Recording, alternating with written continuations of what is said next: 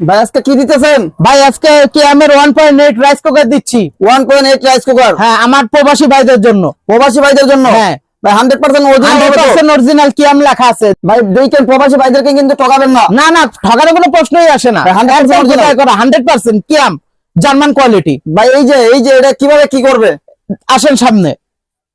এই যে এটাতে আপনার রাইস রান্না করবে 1 কেজি চাউলের। 1 কেজি চাউলের। 1 কেজি চাউলের পরে এটাতে যে কোনো কিছু সিদ্ধ করতে পারবে। যে কোনো কিছু সিদ্ধ যে করতে কোনো পারবে। কিছু ডিম আলু যা বলেন এভরিথিং সবকিছু পারবে। সবকিছু আছে। পরে কি এটা রাখতেছে? তেল আপনার তরকারি রান্না করতে পারবে। তরকারি যে রান্না কোনো করতে পারবে। তরকারি। যে কোনো তরকারি। যে কোনো তরকারি। এই যে এইভাবে সেটআপ করবে।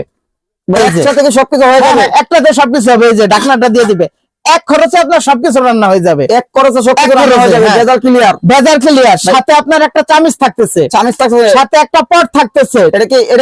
এটা পানি মাপার পট। পানি মাপার হ্যাঁ, সাথে একটা কেবল থাকতেছে। সাথে